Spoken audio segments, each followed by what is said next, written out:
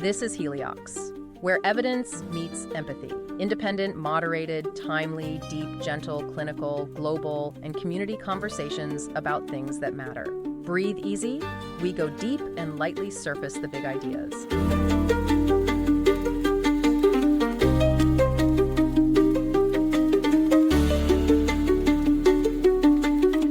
Have you ever tried to swat a housefly and just completely failed? Oh, I mean, constantly. Yeah. It is a remarkably humbling experience, getting outmaneuvered by an organism the size of a lentil. Right. You know the exact scenario I'm talking about. You're sitting there at the kitchen table minding your own business, and this tiny buzzing speck lands near your coffee cup. Yeah. You slowly raise your hand, you calculate the trajectory, wait for the absolute perfect moment, and then you strike with what feels like lightning speed. And you hit nothing but table. Nothing at all. Your palm is stinging, and the fly is, already hovering on the other side of the room, completely unharmed. Just mocking you. Exactly. Well, welcome to the deep dive. This is where we take your stack of sources, research papers, and articles and extract the hidden blueprints of how the world actually works. I'm your host, and today our mission is to figure out why you always miss that fly. It's a great mystery. Because here's the thing that makes that failed swat so mind-bending to me. According to the classical rules of science and physics, you absolutely should have crushed that fly. You really should have. Based on everything textbooks have taught us about how eyes function, a fly moving at those erratic, lightning-fast speeds should be experiencing a massive, blinding motion blur. It should effectively be flying blind. Yeah, the math of classical optics paints a very clear picture of that swat. I mean, if their vision operates like a camera, the biological shutter speed simply cannot be fast enough to capture the image of your moving hand without smearing it into a useless gray gradient. Right. The sensory input should be a total mess.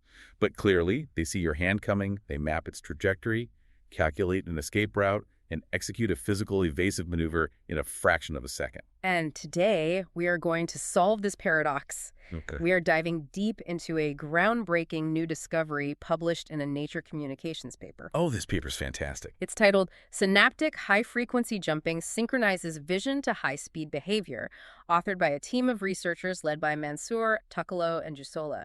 And this paper doesn't just, tweak our understanding of biology. No, not at all. It completely overturns decades of assumptions about how vision actually works at the cellular level. It really does. And we are pulling from a massive, fascinating stack of sources to contextualize this today. Yeah, we've got a lot to cover. We do. We're looking at this brand new biological breakthrough about the fly's eye, but we are holding it up against the history of artificial neural networks. We're looking at classic neuroscience from the 1950s, the famous Hubel and Weasel experiments. Oh, those are wild. Yeah. We're bringing in DeepMind's research on meta-learning, and we are even exploring IBM's latest insights into the hardware of neuromorphic computing. I know that sounds like a massive wild leap for the listener. Connecting a housefly dodging a rolled-up magazine to the multi-billion-dollar cutting edge of artificial intelligence. But there is a very specific reason we are taking this journey. Absolutely. The journey of Jusola's team spending years painstakingly studying the microscopic brain of a fly. It accidentally reveals the fundamental, hard physical limits of modern AI. It exposes exactly why our current machine learning models hit a computational wall when they try to deal with the real, chaotic, unpredictable physical world. The fly offers a radical, completely new biological blueprint for the future of machines. Okay, so to understand why the fly's vision is such a paradox in the first place and why the AI folks are paying so much attention, we have to go back in time. We have to look at how the scientific establishment thought vision worked. Right. And that story doesn't start with insects. It starts with cats. Specifically, it starts in the late 1950s and early 1960s with two neuroscientists, David Hubel and Torsten Wiesel. Their work is the bedrock of modern visual neuroscience. I mean, they eventually won a Nobel Prize for it. Yeah, they were at Johns Hopkins and later Harvard, right? Exactly. They were studying the visual cortex of cats. Yeah. Their goal was to map the exact electrical pathway of how a brain processes the light that hits the retina. I was reading up on the methodology of those original experiments, and it's fascinating, but also, a bit intense. It was a different era of science. Yeah. They would anesthetize the cats, immobilize their heads so their eyes couldn't move at all, and then project very simple static images onto a screen in front of them. We're talking basic geometry. Right, dots, black lines, sharp edges. Meanwhile, they had inserted microscopically thin electrodes directly into the individual neurons of the cat's visual cortex to listen for the electrical popping sound of a neuron firing. And the breakthrough actually happened by accident. Mm-hmm. They were struggling to get the neurons to fire by projecting little dots of light. As the story goes, they were slipping a glass slide into the projector, and the sharp shadow of the edge of the glass slide swept across the cat's visual field. Oh, wow. Suddenly, the electrode went crazy. The neurons started firing rapidly. They realized the brain wasn't looking for dots of light, it was looking for edges. And from that happy accident, they discovered two basic types of visual cells. First, they found what they categorized as simple cells. These are neurons that are incredibly picky. Like, a specific simple cell will only fire when the cat is shown a straight edge or a line at a very specific orientation, and only in a highly specific, tiny location on the screen. It's extremely localized. Right. If the line is perfectly vertical, the neuron fires. If you tilt that line even a fraction of a degree or move it an inch to the left, the neuron goes completely silent. It's a rigid lock and key mechanism. Building on that, they discovered a second layer of neurons they called complex cells. A complex cell also responds to a specific orientation, say a vertical edge, but it takes input from a whole cluster of those simple cells. Okay, so it's aggregating them. Exactly. Because it pools the data, it doesn't care where that vertical edge is within a broader receptive field. You can slide the vertical line left or right across the screen, and the complex cell keeps firing. It abstracts the concept of vertical line away from its exact spatial coordinates. So the simple cells are doing the hyperspecific, localized, pixel-by-pixel detail work. And the complex cells zoom out, pool that data, and say, yep, regardless of the exact coordinates, there is definitely a vertical line somewhere in this general area. That's it. Yeah. Hubel and Weissel proposed this cascading hierarchical model. The idea the brain builds an image layer by layer, taking static localized features and pooling them into larger and larger abstract patterns. And this specific cascading model is where the history of biology crashes head-on into the history of artificial intelligence, right? Oh, completely. Computer scientists were watching this space with intense interest. In 1980, a researcher named Kunihiko Fukushima looked at Hubel and Weissel's cat data and decided to build it in silicon. He created a computer model called the neocognitron. Yes, he literally programmed artificial S layers, mimicking the simple cells, and C layers, mimicking the complex cells. He effectively tried to digitize the architecture of the cat's visual cortex. The S layers acted as rigid feature detectors, and the C layers pooled those features together to recognize a shape even if it shifted slightly in the frame. And the neocognitron was the direct, undeniable ancestor to the convolutional neural networks, or CNNs, that Jan LeCun pioneered in the late 1980s and 90s. The zip code guy. Exactly. LeCun took this biological inspiration and used it to train computers to read handwritten zip codes on envelopes for the Postal Service. He built a system that could look at a sloppy, handwritten number 8, break it down into its simple curves and edges, and pool them together to recognize the digit regardless of where it was positioned on the envelope. Which is the foundational architecture of almost all modern computer vision today. Facial recognition on your phone, self-driving cars trying to spot a stop sign, AI image generators, they all trace their evolutionary lineage back to Jan LeCun's zip codes, Fukushima's neocognitron, and ultimately Hubel and Weissel's immobilized cats. It's an unbroken chain. But hold on. This is where I have to throw a flag on the play.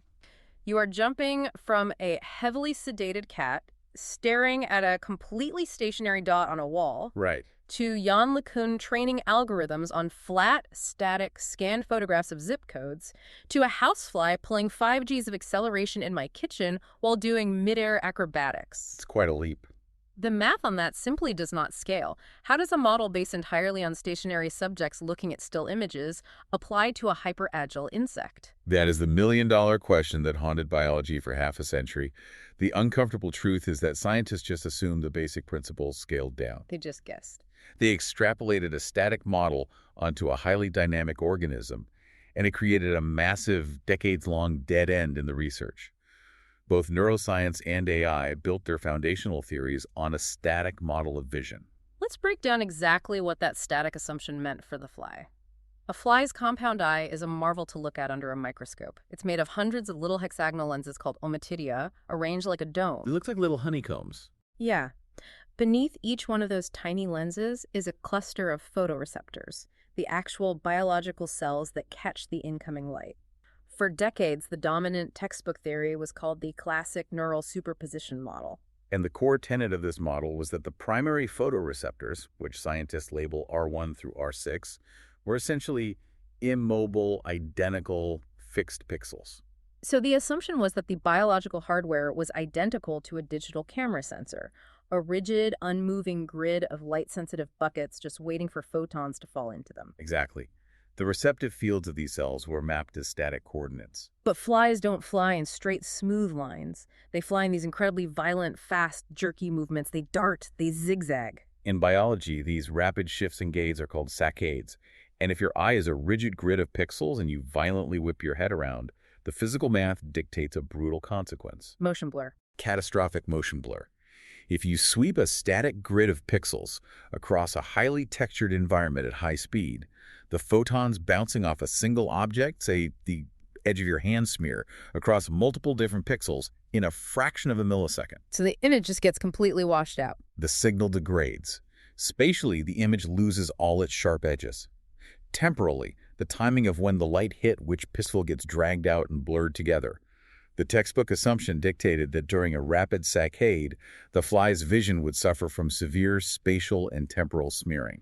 So according to the established peer-reviewed science of the 20th century, the fly should be momentarily blind every single time it darts to the side. Which brings us right back to the swatting problem. Right. If it's blind while it's moving, how does it see my hand coming while it's already in flight? The theoretical model had to be fundamentally broken. The realization that the emperor had no clothes is exactly what kicked off the journey for Housefly and his team at the University of Sheffield.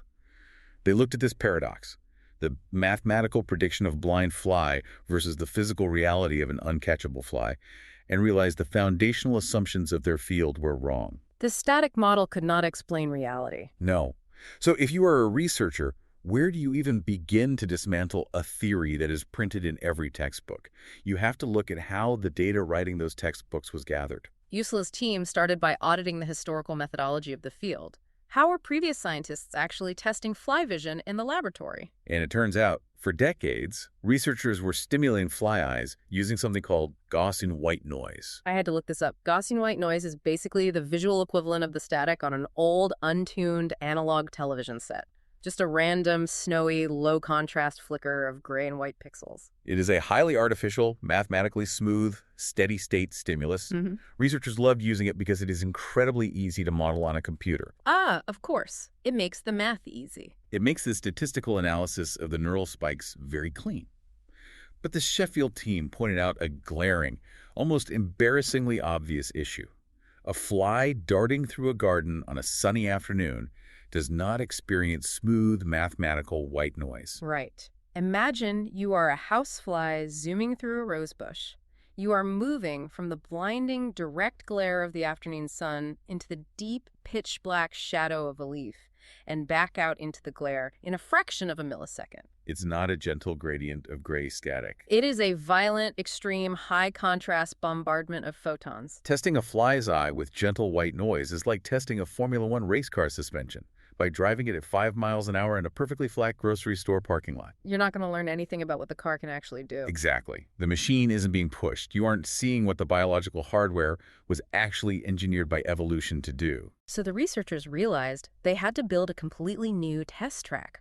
They had to invent a fundamentally new way to observe the eye, and they had to do it across multiple microscopic scales simultaneously. And the methodology detailed in this Nature paper is an absolute masterclass in experimental design. Yeah, first they needed a perfect map of the physical hardware. To get that, they used synchrotron X-ray imaging. Which is not your standard hospital X-ray. A synchrotron accelerates electrons to nearly the speed of light to generate incredibly brilliant, focused beams of X-rays. Wow. They used this to take a non-destructive, hyper-detailed three-dimensional scan of the static optical layout of the fly's eye. They mapped the exact geometry of the lenses and the underlying cell structures. But they didn't stop there. They went deeper. They used electron microscopy to literally zoom in and count the individual photon sampling units inside the eye. Right. Inside those R1, R6 photoreceptor cells are tiny finger-like structures called microvilli. And these are the actual biological tubes packed with rhodopsin, Okay. the light-sensitive protein that catches the photon. You got it. And just by counting these structures, they found something deeply revealing about how evolutionary pressure shapes hardware. They compared two different species. Okay, what were they? They looked at the Drosophila fruit fly, the sluggish little guys that hover around your overripe bananas. Yeah, those are easy to swat. Very easy. A Drosophila photoreceptor has about 30,000 of these microvilli. Then they looked at the Musca housefly, the hyper-agile acrobat that dodges your swat. The housefly has roughly 54,000 microvilli per photoreceptor. The agile fly has nearly double the photon-catching hardware squeezed into the same cellular space. It's the biological equivalent of upgrading the megapixel count on a camera sensor, specifically because you know you're going to be shooting high-speed, dynamic sports photography. Yeah. You need more buckets to catch the light faster. That makes total sense. But the static anatomy was revealing, but it wasn't the breakthrough, was it? No, the real magic happened when they designed a rig to capture the dynamics of the eye in a living, breathing, fully intact fly. This is notoriously difficult biology. How did they even do that? They used high-speed infrared microscopy to peer through the cornea and watch the physical, structural changes inside the eye in real time. And simultaneously, this is the part that blows my mind, they used intracellular microelectrodes to record the electrical voltage firing inside the fly's brain. Yep. I want the listener to really picture the extreme difficulty of this setup. They're taking a living fly, they are inserting a microscopic glass wire into a single specific cell deep inside its head to measure the electrical current. It's insanely precise. At the exact same time, they are aiming a high-speed infrared camera through the lens of the eye to record microscopic cellular movement. And while recording all of this, they are projecting a high-speed, high-contrast, erratic action movie directly into the fly's field of vision to simulate the violent chaos of actual flight. It is an astonishing level of experimental precision. They managed to create a setup where they could observe exactly what the biological hardware did physically and exactly what it reported electrically. At the precise millisecond, a high-speed visual event occurred. So they finally have the rig, they secure the fly, they turn on the high-contrast action movie, and what do they see? What they captured on that infrared camera completely shattered the 50-year-old classical static pixel assumption. When the high-contrast light hit the photoreceptors, the cells did not just passively sit there and absorb the photons. What did they do? They physically moved. Wait, the actual physical cells twitched? Yes. They perform what the researchers categorized as ultra-fast photomechanical microsaccades inside the eye. The very act of absorbing a photon causes a mechanical contraction in the cell. That is wild. The biological pixels violently jitter and dart around beneath the lens. Okay, I want to make sure I understand the mechanism here, because this is crazy. It's a photomechanical response. So a photon of light comes through the lens, it travels down into that microvilli tube we talked about. It hits a molecule of rhodopsin.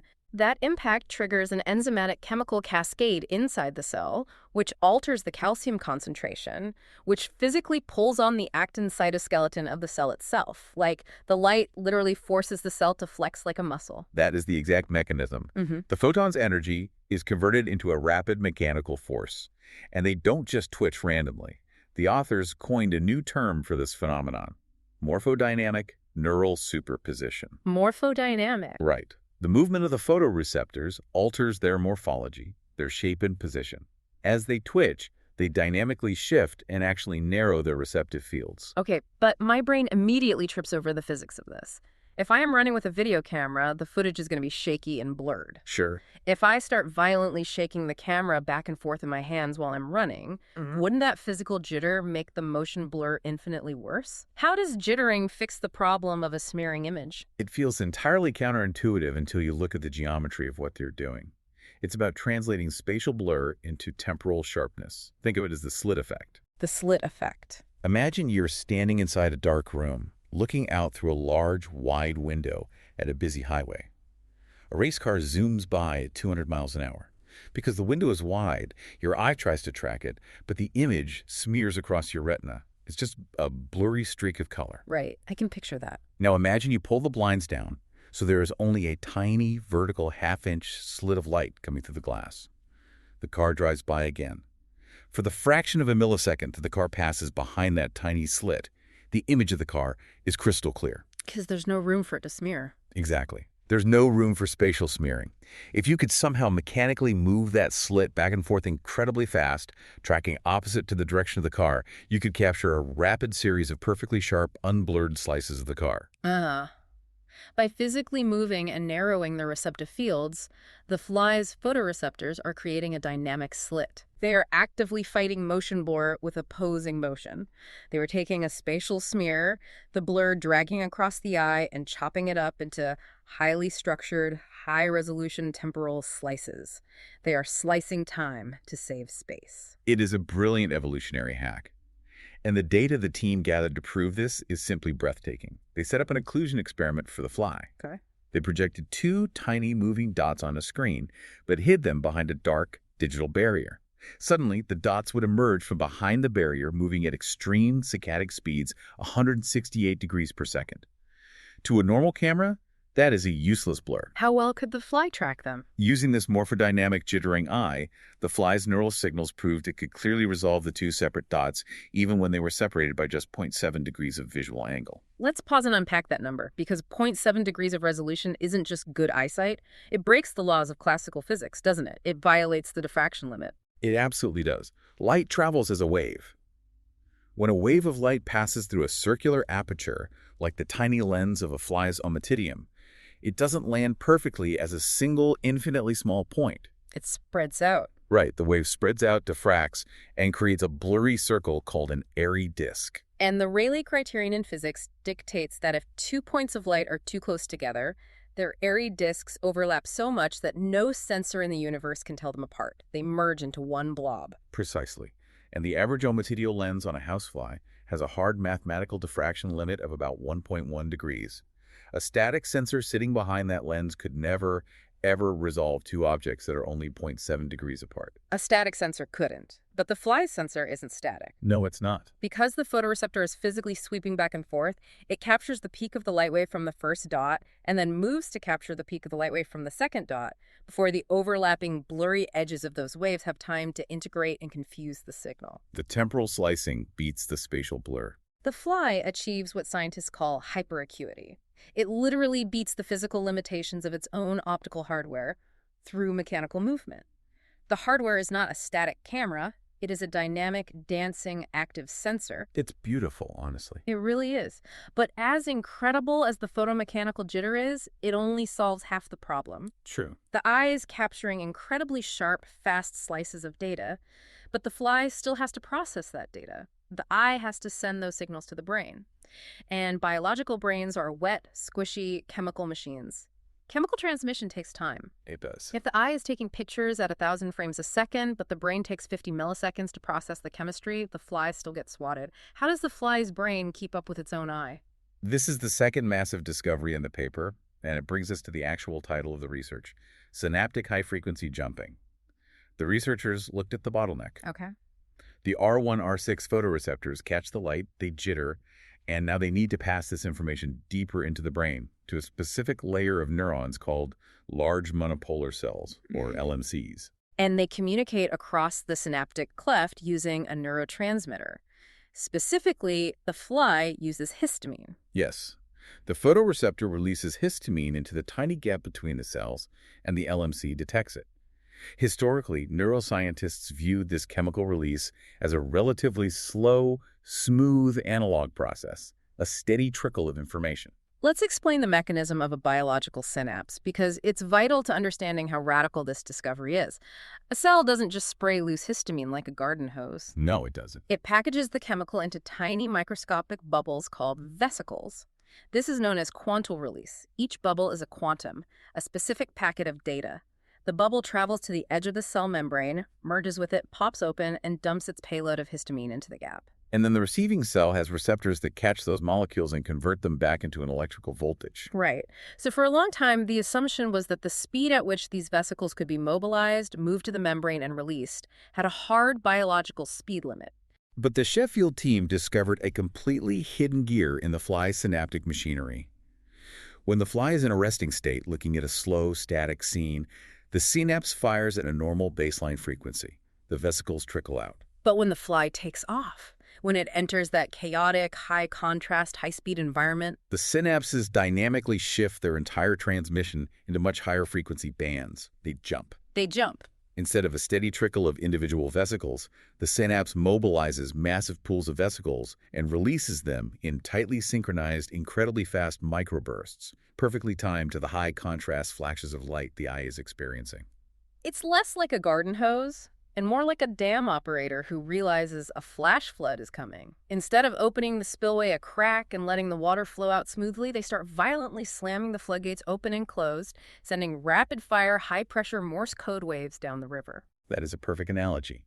They are pulsing the chemical release to encode the velocity of the light changes, and the raw data the researchers measured from this high-frequency jumping breaks every accepted record in the neuroscience literature. Really? We measure information transfer rates in biological systems in bits per second.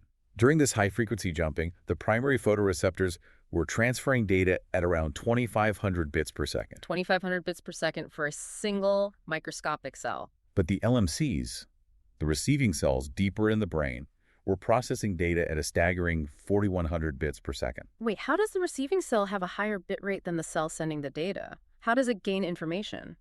Because the architecture is convergent. 6 different photoreceptors R1 through R6 all wire into a single LMC. It is pooling the data from 6 different jittering angles. Ah. But because the synapses are jumping at these high frequencies, they aren't blurring the signals together, they are multiplying the information density. The operational bandwidth of this entire transmission extends up to about 1,000 hertz. 1,000 hertz, meaning the fly's brain is distinguishing 1,000 distinct sensory events every single second. Exactly. To put into perspective how insane that is, classical textbook science believed the absolute ceiling for fly vision was something called the flicker fusion limit. Right, the old speed limit. Yeah. If a light flickered faster than 230 times a second, 230 hertz scientists confidently stated that the fly's brain couldn't process the gaps. It would just see a solid, continuous beam of light. The discovery of synaptic high-frequency jumping quadruples the known biological speed limit of the fly's brain. It completely rewrites the textbook on neural efficiency. Let's connect the chemistry back to the macro scale. Let's connect this back to me sitting at the kitchen table, swinging my hand at this fly. Right, because the synapses are utilizing this high-frequency synchronized burst mechanism, the inherent delays of chemical transmission, the time it takes for the vesicle to pop and the histamine to cross the gap are effectively neutralized. The LMC cell detects the sudden, violent influx of histamine and begins generating its own electrical response almost instantly. In fact, the electrical voltage in the receiving LMC cell reaches its absolute peak response in just 7.6 milliseconds. 7.6 milliseconds from the moment the light hit the eye. And here's the fact that genuinely sounds like science fiction. The receiving LMC cell peaks at 7.6 milliseconds. But the primary photoreceptor, the cell that actually caught the light and sent the signal, doesn't hit its own maximum peak until 11.6 milliseconds. The receiving cell finishes reacting before the sending cell is finished sending. Yes. The receiver knows the answer before the sender finishes asking the question. It is entirely predictive. The synapse is shifting to such a high frequency and tracking the rate of change in the light contrast so aggressively that the LMC doesn't wait for the full signal to arrive. It extrapolates the trajectory. Exactly. It feels the sudden, massive spike of histamine, calculates the velocity of the changing contrast, predicts exactly where the signal is going to peak, and fires the alarm early. Predictive coding at the cellular level. It's not waiting to see the full rendering image of my hand approaching. It registers a high-velocity shadow sweeping across its jittering photoreceptors, calculates the math of the acceleration instantly, and triggers the behavioral response. Which is why the fly can initiate a physical evasive maneuver, altering the pitch of its wings to dodge your swat in a mere 13 to 20 milliseconds. That is unbelievably fast. Before the sensory cells at the surface of its eye have even finished fully processing the visual image of your hand, the fly's motor cortex has already received the predictive signal and initiated the escape.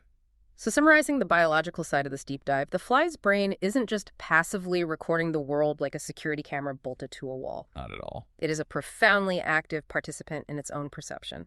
It is physically vibrating its own sensory hardware to slice through spatial motion blur, and it is shifting its chemical synapses into high-frequency overdrive to predict the future and process data at 4,000 bits per second.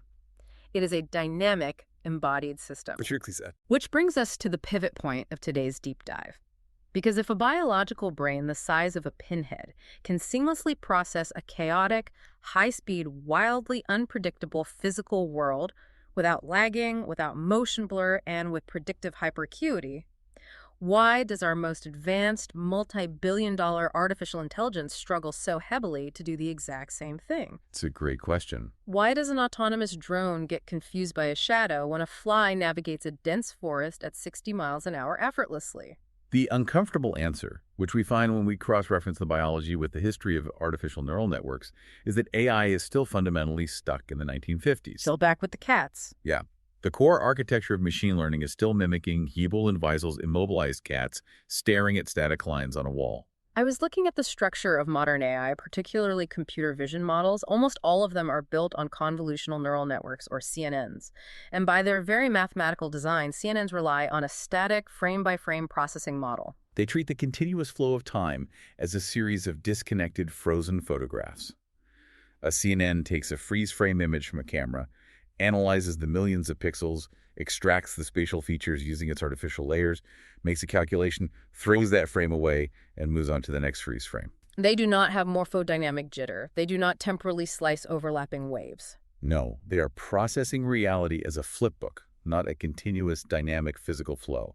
And because they do this, they suffer from massive computational bloat. Right. A standard CNN requires full connectivity between its layers. If you feed it a high-resolution image, you're talking about hundreds of millions, sometimes billions, of numerical weights parameters that need to be held in memory, calculated, and updated for every single artificial neuron. It is a brute force mathematical approach to vision.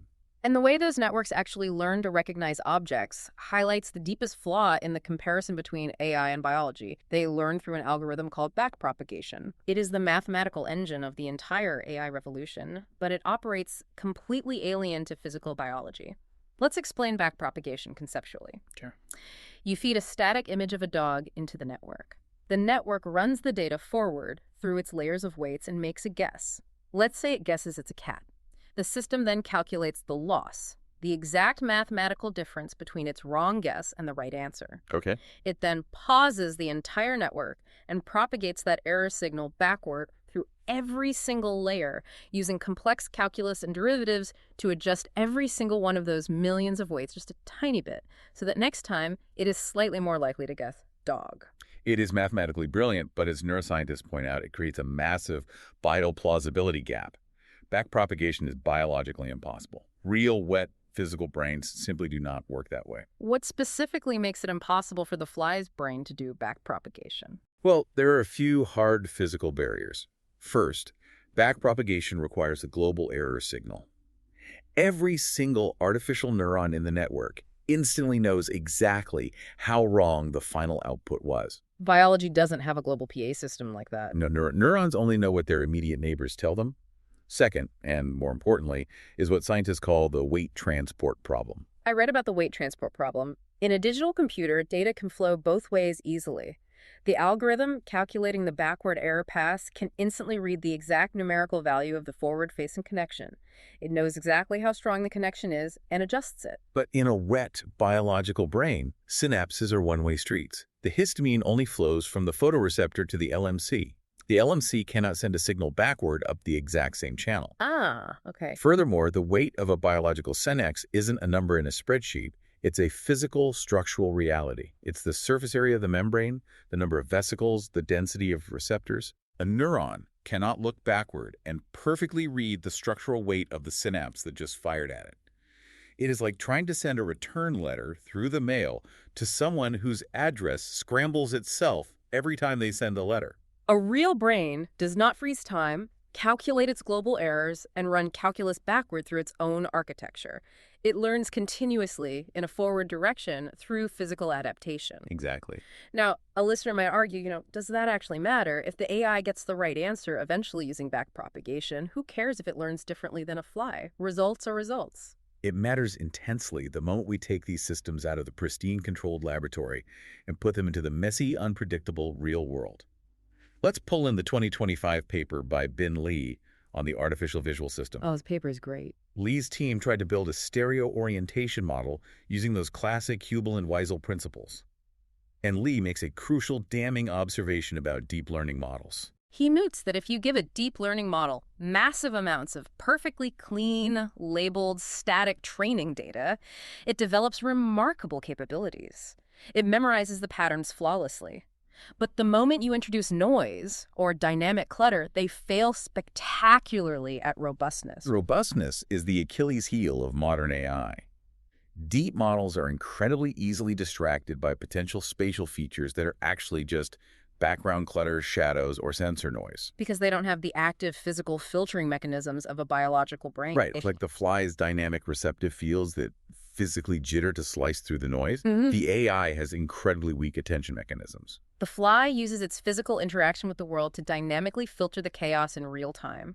The AI just passively absorbs the entire static frame noise, shadows, and all, and gets hopelessly confused. It's overwhelmed. It's like the AI is a student studying perfectly printed, highly curated flashcards in a completely silent, brightly lit library. It becomes an absolute genius at recognizing the flashcards. But the fly's brain isn't in a library. It is playing a chaotic, high-speed, virtual reality video game where the environment is constantly shifting, the lighting is strobing, and the physical game controller is literally changing shape in its hands as it plays. The flashcards versus the shape-shifting controller is the exact dichotomy. The fly uses the chaos, the mechanical jitter, the rapid saccades, the physical movement to actually improve its signal. The physical movement creates the hyperacuity. While the AI treats chaos and movement as an error that must be minimized by looking at more static flashcards. Exactly. So how do we bridge this massive gap? If we want to build artificial intelligence that can navigate a drone through a dense forest canopy at 60 miles an hour without crashing a task a housefly manages with a brain the size of a grain of salt and a fraction of a milliwatt of power, we clearly can't just keep adding more layers to a static CNN and feeding it billions of new flashcards. No, the brute force approach is hitting a wall. So what's next? We have to abandon the legacy architecture. And this is driving the explosion in a frontier field known as neuromorphic computing. And our source from IBM dives incredibly deeply into the mechanics of this shift. Neuromorphic computing abandons the classic von Neumann computer architecture, the strict, rigid separation of the memory unit and the processing unit, and tries to build silicon hardware that physically mimics the wet biology of neurons and synapses. We're talking about building computer chips where the hardware is the algorithm. Tell me about the learning side of this. If neuromorphic chips aren't using backpropagation in calculus, how do they learn? They're exploring biological principles like dendritic learning and short-term Hebbian plasticity. Plasticity. Yeah, the core rule of Hebbian plasticity, dating back to psychologist Donald Hebb in 1949, is simple. Neurons that fire together wire together. If two cells are constantly activated by the same stimulus, the physical connection between them strengthens. Okay, that makes sense. In modern neuromorphic models, researchers are focusing heavily on the dendrites, the sprawling, branch-like structures of neurons that receive incoming signals. I was reading about these new models mentioned in the research, specifically the clustron and the G-clustron models, and this is where the AI research perfectly mirrors the fly biology. Oh, golly. In a traditional artificial neural network, learning simply means changing a numerical weight in a matrix. But in the clustron model, the artificial synapses actually physically reorganize themselves. It is structural plasticity applied to silicon. If two artificial synapses on a neuromorphic dendrite are firing together because they detect a correlated feature in the environment, they will mathematically move along the dendritic branch to physically cluster closer to each other. They physically relocate their position to be next to each other on the branch. They are optimizing their spatial position to enhance the signal, not just dialing up a numerical volume knob. Right. And this is where the parallel becomes unavoidable. That structural relocation sounds exactly like what the fly's eye is doing. The photomechanical movement. The fly's photoreceptors jitter and move their physical position to cluster relevant spatial information in real time. Form is function. Yes. Neuromorphic dendritic learning suggests that for AI to truly understand a dynamic environment, it needs to mimic this physical spatial reorganization. You cannot separate the physical architecture from the learning algorithm in biology, and we are realizing we cannot separate them in advanced AI either. No, and we actually see this temporal dynamic principle scaling up even to the most famous advanced AI models we have today, transformers. Transformers. The architecture behind ChatGPT, Claude, and all the modern large language models. How does a jittering fly eye or a clustered dendrite connect to the architecture of ChatGPT? Well, I have a fascinating source paper here on the neuroscience of transformers. Yeah. Researchers are looking at the human cerebral cortex, and they're realizing that the brain actually mimics the computational logic of modern AI transformers. Wait, really? But it does so temporally, through rhythmic physical oscillations, rather than just spatially. Break that down. What does a transformer actually do, and how does the brain mimic it? At its core, a transformer relies on two main components. An encoder, which takes in the massive stream of data and maps the relationships between the words or pixels, and a decoder, which takes that map and predicts the next piece of data. Okay. In the human brain, researchers theorize that the superficial layers of the cortex layer 2 and layer 3 act as the encoders. And here is the temporal part. They run on very fast, high-frequency brain waves called gamma bands. Fast, high frequency. Just like the fly's synapses jumping to high frequencies to encode the fast saccadic bursts of light. The exact same biological principle of temporal segregation. Meanwhile, the deeper layers of the human cortex, layer 5, act as the decoders, making the predictions. Uh-huh. And they operate on slower, entirely different rhythmic frequencies, alpha and beta bands. The biological brain is using physical location, different depths of cortical tissue and temporal frequencies, fast versus slow oscillating brain waves, to segregate the encoder and decoder. It prevents the signals from interfering with each other without needing billions of discrete, isolated digital circuits. Precisely. So the biological brain is acting like a transformer, but it is a physical, oscillating, vibrating machine, not just a static block of code running on a server. And I assume this physical dynamic architecture allows for a completely different, more adaptable kind of learning. A profoundly more flexible kind of learning. This brings in our DeepMind source, detailing the famous Harlow experiment. I love this study. The monkey experiment from the 1940s. Harry Harlow was a psychologist who tested macaque monkeys with a very simple setup. He placed two random objects in front of them, like a red block and a blue sphere. Only one of the objects had a piece of food hidden under it. And the placement was random, right? The left to right placement was totally random, so the monkey couldn't just memorize always pick left. Over hundreds of trials with different objects, the monkeys didn't just blindly memorize which specific object was correct. They developed a dynamic strategy. They internalized the abstract rule of the game.